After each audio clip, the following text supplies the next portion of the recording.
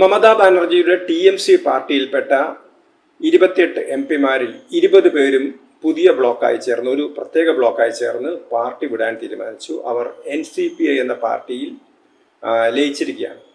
ഇതാണ് പശ്ചിമ ബംഗാൾ തെരഞ്ഞെടുപ്പിന് ശേഷം ലോക്സഭയിലുണ്ടായ അല്ലെങ്കിൽ ദേശീയ രാഷ്ട്രീയത്തിലുണ്ടായ കാര്യമായ മാറ്റം. നേരത്തെ ബംഗാളിൽ ഇത്തരത്തിലൊരു നീക്കം നടക്കുന്ന സമയത്ത്, അതായത് തൃണമൂൽ കോൺഗ്രസിന്റെ MP-മാരും MLA-മാരും ഒക്കെ പാർട്ടി വിടുന്നു, അല്ലെങ്കിൽ മമതയ്ക്കും അഭിഷേക് ബാനർജിക്കും എതിരെ നീക്കം നടത്തുന്നു എന്നുള്ള വാർത്തകൾ വരുന്ന സമയത്ത് BJP ആണ് ഇതിന്റെ പിറകിൽ ഒരു ഓപ്പറേഷൻ നടക്കുന്നു എന്നുള്ള രീതിയിലുള്ള വാർത്തകളൊക്കെയാണ് പുറത്തു വന്നത്. ആ സമയത്ത് പലരും പറഞ്ഞിരുന്നത് മഹാരാഷ്ട്ര മോഡൽ ഒരു നീക്കമാണ് BJP ബംഗാളിൽ നടത്താൻ പോകുന്നത് എന്നായിരുന്നു. എന്നാൽ ഇപ്പോഴിതാ ബംഗാളിലെ TMCയുടെ MP-മാർ, ലോക്സഭയിലെ MP-മാർ അവരൊരു ബ്ലോക്കായി നിന്നതിന് ശേഷം ഇപ്പോൾ മഹാരാഷ്ട്രയിൽ വീണ്ടും ഉദ്ധവ് ശിവസേനയിൽ കുഴപ്പങ്ങൾ ഉണ്ടാകുന്നു എന്ന വാർത്തകളാണ് ഇപ്പോൾ പുറത്തു വരുന്നത്. 9 MP-മാർ, ലോക്സഭാ MP-മാരാണ് ശിവസേനയ്ക്കുള്ളത്. അതിൽ ആദ്യഘട്ടത്തിൽ 7 പേർ ഉദ്ധവ് താക്കറെക്കെതിരായിട്ട് അവർ BJPയുടെ കൂടെ നിൽക്കും എന്നാണ് പറഞ്ഞിരുന്നത്. ഇപ്പോൾ 6 പേർ എന്ത് തന്നെയായാലും BJPയുമായി ചർച്ച നടത്തി എന്ന വാർത്തകളാണ് പുറത്തു വരുന്നത്. കഴിഞ്ഞ ദിവസം ഉദ്ധവ് താക്കറെ ലോക്സഭാ MP-മാരുടെ മീറ്റിംഗ് വിളിച്ചു കൂട്ടിയിരുന്നു. അതിൽ ഈ 9 MP-മാരിൽ 4 പേർ മാത്രമാണ് പങ്കെടുത്തത് എന്നുള്ള വാർത്തകളാണ് ഇപ്പോൾ പുറത്തു വരുന്നത്. അപ്പോൾ ഇങ്ങനെ ഒരു സംഭവം നടക്കുകയാണെങ്കിൽ വീണ്ടും ദേശീയ തലത്തിൽ വലിയ മാറ്റങ്ങളായിരിക്കും സംഭവിക്കാൻ പോകുന്നത്. പ്രതിപക്ഷം, രാഹുൽ ഗാന്ധിയുടെ നേതൃത്വത്തിലുള്ള പ്രതിപക്ഷം ഒന്നുകൂടി ശോഷിക്കും, അല്ലെങ്കിൽ ഇന്ത്യ മുന്നണിയുടെ നേതൃത്വത്തിലുള്ള പ്രതിപക്ഷം ഒന്നുകൂടി ശോഷിക്കും. BJPക്ക് തങ്ങളുടെ പ്രത്യേകിച്ച് സ്ത്രീ സംവരണ ബിൽ ഉൾപ്പെടെയുള്ള ബില്ലുകൾ 3/2 ഭൂരിപക്ഷം ആവശ്യമായ ഭരണഘടനാ ഭേദഗതി ബില്ല് പാസ്സാക്കിയെടുക്കാൻ കഴിയുന്ന രീതിയിലേക്കാണ് കാര്യങ്ങൾ പോകുന്നത് എന്നാണ് ഇപ്പോഴത്തെ സൂചന. നമുക്കറിയാം 2019 ലോക്സഭാ തെരഞ്ഞെടുപ്പിന് തൊട്ടു പിറകെയാണ് മഹാരാഷ്ട്രയിൽ അന്ന് നിയമസഭാ തെരഞ്ഞെടുപ്പ് നടന്നിരുന്നത്. അന്ന് BJP ശിവസേന സഖ്യത്തിന് 165 സീറ്റ് കംഫർട്ടബിൾ മെജോറിറ്റി ഉണ്ടായിരുന്നു. 288 അംഗ മഹാരാഷ്ട്ര നിയമസഭയിൽ അവർക്ക് 165 അംഗങ്ങൾ ഉണ്ടായിരുന്നു. പക്ഷേ എന്താണ് സംഭവിച്ചത്?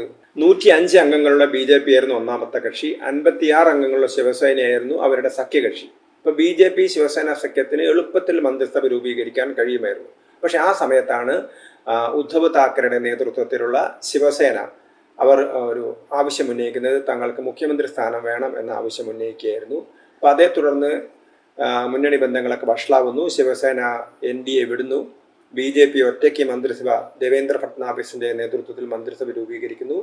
NCCയിൽ അജിത് പവാറിന്റെ കൂട്ടത്തിലുള്ളൊരു വിഭാഗം ഇവരുടെ കൂടെ നിൽക്കുന്നു. പക്ഷേ ആ മന്ത്രിസഭയ്ക്ക് നിലനിൽക്കാൻ പറ്റിയില്ല. 3 ദിവസത്തിനുള്ളിൽ ദേവേന്ദ്ര ഫട്നാവിസിന്റെ മന്ത്രിസഭ രാജിവെക്കേണ്ടി വന്നു. കാരണം അവർക്ക് നിയമസഭയിൽ ഭൂരിപക്ഷം കിട്ടിയില്ല. അങ്ങനെ BJP സഖ്യത്തിൽ ജയിച്ചു വന്ന ഉദ്ധവ് ശിവസേന ആ ശിവസേനയെ കോൺഗ്രസും NCPയും ചേർന്ന് പിന്തുണയ്ക്കുകയായിരുന്നു ചെയ്തിരുന്നത്. കോൺഗ്രസിന് 44 അംഗങ്ങളും NCPക്ക് 54 അംഗങ്ങളുമാണ് ഉണ്ടായിരുന്നത്. അങ്ങനെ അവരുടെ പിന്തുണയോടുകൂടി ഉദ്ധവ് താക്കറെ, അതായത് BJP സഖ്യത്തിൽ മത്സരിച്ച ഉദ്ധവ് താക്കറെ കോൺഗ്രസിന്റെ സഹായത്തോടുകൂടി മഹാരാഷ്ട്രയിൽ മുഖ്യമന്ത്രിയാവുന്നതാണ് നമ്മൾ കണ്ടത്. പക്ഷേ 2022 കാര്യങ്ങൾ ഉദ്ധവിൻ്റെ കൈകളിൽ നിന്നൊക്കെ ആ കൺട്രോളിൽ നിന്നൊക്കെ പോയി. BJPയിലേക്ക് നല്ലൊരു വിഭാഗം ശിവസേന MLA-മാർ അവർ പാർട്ടി വിടുകയായിരുന്നു ചെയ്തിരുന്നത്. അല്ലെങ്കിൽ തങ്ങളാണ് യഥാർത്ഥത്തിലുള്ള ശിവസേന എന്ന വാദമുന്നയിച്ചുകൊണ്ട് ഏകനാഥ് ഷിൻഡെയുടെ നേതൃത്വത്തിൽ ഒരു വിഭാഗം പുറത്തേക്ക് വരുന്നു. BJP ഉടൻ തന്നെ ആക്ട് ചെയ്യുന്നു, ഏകനാഥ് ഷിൻഡെയെ മുഖ്യമന്ത്രിയാക്കി.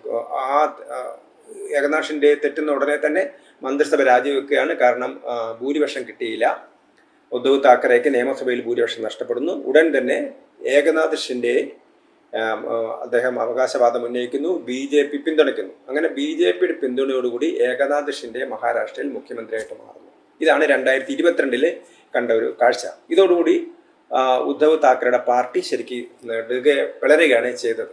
ഇവിടെ വിമത വിഭാഗം അല്ലെങ്കിൽ ഏകനാഥ് ഷിൻഡെയുടെ വിഭാഗം പറയുന്നത് എന്താണോ ബാൽ താക്കറെയുടെ ആദർശം അല്ലെങ്കിൽ ബാൽ താക്കറെയുടെ രാഷ്ട്രീയ നിലപാട്, അതിൽ നിന്ന് വ്യത്യസ്തമായിട്ട് മുസ്ലിം വർഗീയ ശക്തികളൊക്കെ ആയിട്ട് സഖ്യമുണ്ടാക്കിയാണ് ശിവസേന ഉദ്ധവ് താക്കറെ ചെയ്തത് എന്നുള്ളതാണ് അവരുടെ ഒരു ആരോപണം. ഇപ്പം എന്ത് തന്നെയായാലും വലിയൊരു പ്രത്യാഘാതമാണ് ഉണ്ടായത്. ശിവസേന ഔട്ടാവുന്നു. ബി ജെ പി പിന്തുണയോടുകൂടി ഏകനാഥ് ഷിൻഡെയുടെ നേതൃത്വത്തിലുള്ള ശിവസേന വരുന്നു. ആ ശിവസേനയെ അവർ ബാബാ സാഹേബ്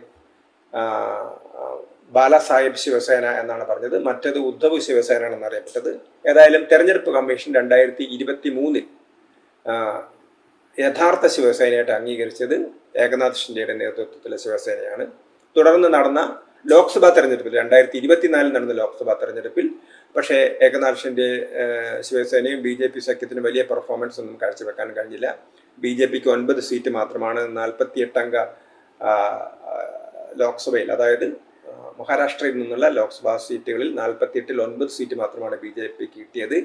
7 സീറ്റ് അവരുടെ സഖ്യകക്ഷിയായ ഏകനാഥ് ഷിൻഡെയുടെ ശിവസേനയ്ക്കും കിട്ടി.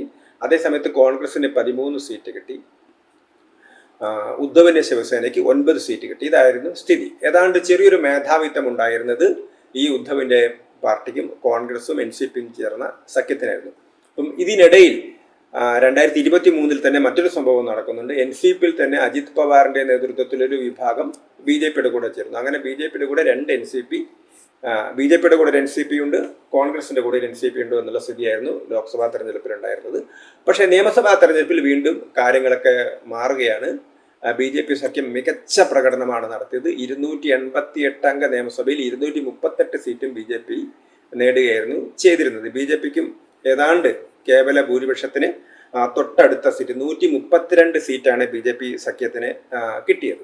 അപ്പോൾ 235 അംഗത്തിൽ 132 പേരും BJPക്കാരായിരുന്നു. BJPക്ക് ഒറ്റയ്ക്ക് ഭൂരിപക്ഷം ഇല്ലെങ്കിലും നിർണായക ശക്തിയായി BJP വന്നു. അതോടുകൂടി മഹാരാഷ്ട്രയിൽ BJPയുടെ മുഖ്യമന്ത്രി ദേവേന്ദ്ര ഫട്നാവിസ് മുഖ്യമന്ത്രിയായിട്ട് മാറി. ഇതായിരുന്നു മഹാരാഷ്ട്രയിലെ കുറച്ചു കാലമായിട്ടുള്ള ചരിത്രം. ഇവിടെയാണ് മമതാ ബാനർജിയുടെ തിരിച്ചടിയെ തുടർന്ന്, അല്ലെങ്കിൽ തൃണമൂൽ കോൺഗ്രസ് ലോക്സഭയിൽ മാറി നിൽക്കുന്നതിനെ തുടർന്നാണ് ശിവസേനയ്ക്കും ഇപ്പോൾ ഒരു മാറ്റം വന്നിരിക്കുന്നത്. ഏകനാഥ് ഷിൻഡെയുടെ ആളുകൾ പറയുന്നത് ശിവസേനയിൽ ആരൊക്കെ വന്നാലും ഞങ്ങൾ തിരികെ എത്തിക്കും, കാരണം അവർ ബാലാസാഹിബ് താക്കറയുടെ ആദർശങ്ങളിൽ ആകർഷ്ടരായിട്ട് വരികയാണെങ്കിൽ, അല്ലെങ്കിൽ അതിനെ അംഗീകരിക്കുകയാണെങ്കിൽ, അദ്ദേഹത്തിൻ്റെ നിലപാടുകളെ സ്വീകരിക്കുകയാണെങ്കിൽ ഞങ്ങളെ കൂടെ വരാം. കാരണം അദ്ദേഹത്തിൻ്റെ മകനായിട്ടുള്ള ഉദ്ധവ് താക്കറെ അദ്ദേഹം കോൺഗ്രസുമായിട്ടൊക്കെ സഖ്യം ചെയ്തു, മുസ്ലിം വർഗീയ ശക്തികളായിട്ട് സഖ്യം ചെയ്തു. അതുകൊണ്ട് തന്നെ ഏകനാഥ് ഷിൻഡെയുടെ വിഭാഗം പറയുന്നത് ആരൊക്കെ ഉദ്ധവ് താക്കറെ വിട്ടുവരുന്നു അവരൊക്കെ ഞങ്ങളുടെ കൂടെ വരാൻ സ്വീകരിക്കാൻ തയ്യാറാണ് എന്നുള്ളതാണ്. അപ്പോൾ ഇത് ദേശീയ രാഷ്ട്രീയത്തിൽ വലിയൊരു ചലനമാണ് സൃഷ്ടിക്കാൻ പോകുന്നത്. കാരണം കുറച്ച് മാസങ്ങൾക്ക് മുമ്പാണ്, ഏപ്രിൽ മാസത്തിലാണ് BJP കൊണ്ടുവന്ന വനിതാ സംവരണ ബില്ലും ഡീലിമിറ്റേഷൻ ബില്ലും ഒക്കെ തന്നെ ലോക്സഭയിൽ പരാജയപ്പെട്ടത്. കാരണം അവർക്ക് ഭൂരിപക്ഷത്തിന് ഏതാണ്ട് 19 വോട്ട് കുറവായിരുന്നു. 3/2 ഭൂരിപക്ഷം ഉണ്ടെങ്കിൽ ആ ബില്ല് പാസ്സാക്കിയെടുക്കാൻ കഴിയൂ. ഇപ്പോൾ BJPക്ക് വേണമെങ്കിൽ ആ ഒരു അവസ്ഥയിലേക്കാണ് BJP എത്തിയിരിക്കുന്നത്.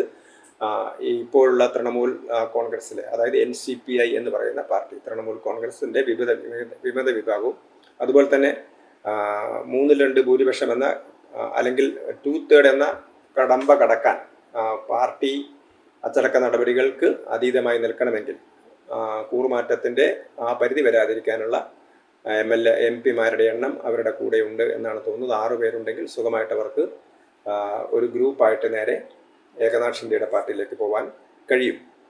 അപ്പം അങ്ങനെ വരികയാണെങ്കിൽ BJPയുടെ സ്ഥിതി ലോക്സഭയിൽ കുറച്ചുകൂടി കംഫർട്ടബിൾ ആവും എന്നുള്ളതാണ് നമുക്ക് മനസ്സിലാക്കുന്നത്.